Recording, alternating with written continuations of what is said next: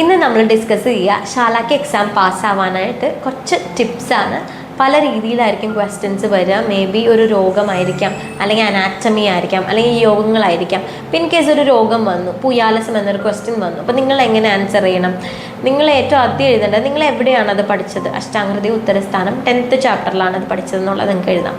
പിന്നെ അടുത്തത് നിങ്ങൾ മനസ്സിലാക്കേണ്ടത് SDL STM എന്നുള്ളൊരു കോഡ് വെച്ച് നിങ്ങൾ മനസ്സിലാക്കാം. എസ് ഫോർ സ്ഥാന, എവിടെയാണ് അത് വന്നിരിക്കുന്നത്. സന്ധിഗത രോഗമാണ്. ടോട്ടൽ നമ്പർ ഓഫ് സന്ധിഗത രോഗം എത്ര ഉണ്ടെന്നുള്ളത് നിങ്ങൾക്ക് എഴുതാം.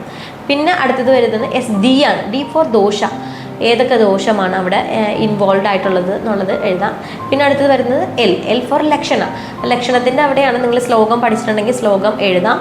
ഇല്ല എന്നുണ്ടെങ്കിൽ നിങ്ങൾ സാൻസ്ക്രിറ്റ് വേർഡ്സ് ആയിട്ട് നിങ്ങൾ എഴുതാനായിട്ട് ശ്രദ്ധിക്കാം. പിന്നെ അടുത്തത് STM ആണ്. S ഫോർ സാധ്യാസാധ്യത, അതിൻ്റെ സാധ്യാസാധ്യത കറക്റ്റായിട്ട് എഴുതുക. പിന്നെ T ട്രീറ്റ്മെൻറ്റ് എഴുതുക. പിന്നെ M ഫോർ മോഡേൺ കോറിലേഷൻ ഏതാണോ വരുന്നത് അത് നിങ്ങൾ എഴുതാനായിട്ട് ശ്രദ്ധിക്കുക. ഓക്കെ, നിങ്ങൾ ശാലാക്യം പഠിക്കുമ്പോൾ നിങ്ങൾ ശ്രദ്ധിക്കേണ്ടതായിട്ടൊരു കാര്യം, നിങ്ങൾ എല്ലാ ശ്ലോകം വാരി വലിച്ച് പഠിക്കരുത്. കാരണം ശാലാക്യം കുറച്ച് കൺഫ്യൂസിങ് ആണ്.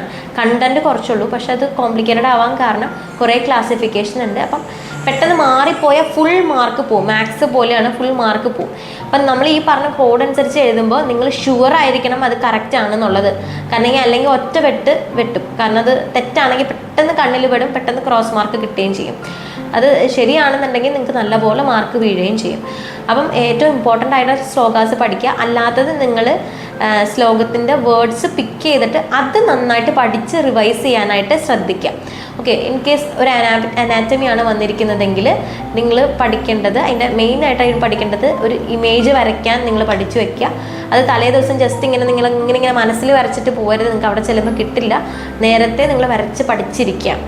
ഓക്കെ, പിന്നെ യോഗങ്ങളാണ് ചോദിക്കുന്നതെങ്കിൽ നിങ്ങൾ അതിൻ്റെ ഇൻഗ്രീഡിയൻസ്, ഡ്രഗ്സ് നിങ്ങൾക്ക് പഠിക്കാം.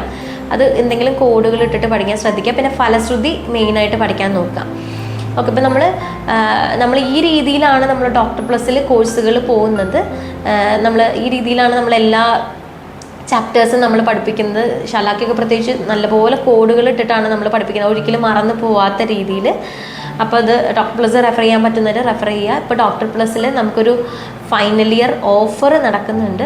അപ്പോൾ നിങ്ങൾക്ക് വെറും 5000 rupees നിങ്ങൾക്ക് 3 months നിങ്ങൾക്ക് ഫൈനൽ ഇയർ 4 subjects നിങ്ങൾക്ക് കിട്ടും.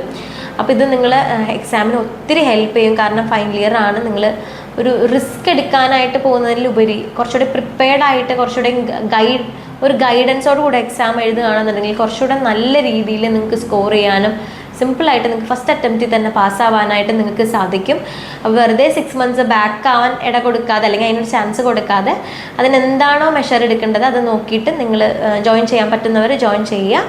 അല്ലാത്തവർ ജസ്റ്റ് ട്രയൽ എങ്കിലും കണ്ടു നോക്കുക. കാരണം ഈ രീതിയിൽ, ഞാൻ ഈ പറഞ്ഞ രീതിയിലാണ് അതിൽ ക്ലാസ്സസ് പോകുന്നത്. കുറച്ചുകൂടെ നിങ്ങൾക്ക് ഐഡിയ കിട്ടും എങ്ങനെയാണ് ഒരു ആൻസർ പ്രസൻറ്റ് ചെയ്യേണ്ടതെന്ന്. കാരണം നമ്മൾ പഠിച്ചത് കൊണ്ട് മാത്രം നമുക്ക് സ്കോർ കിട്ടില്ല. നമ്മൾ എങ്ങനെ എഴുതുന്നു അതാണല്ലോ അവർ കാണുന്നത്. എക്സാമിനർ കാണുന്നത് അതാണ്, നമ്മുടെ ആൻസർ ഷീറ്റാണ്.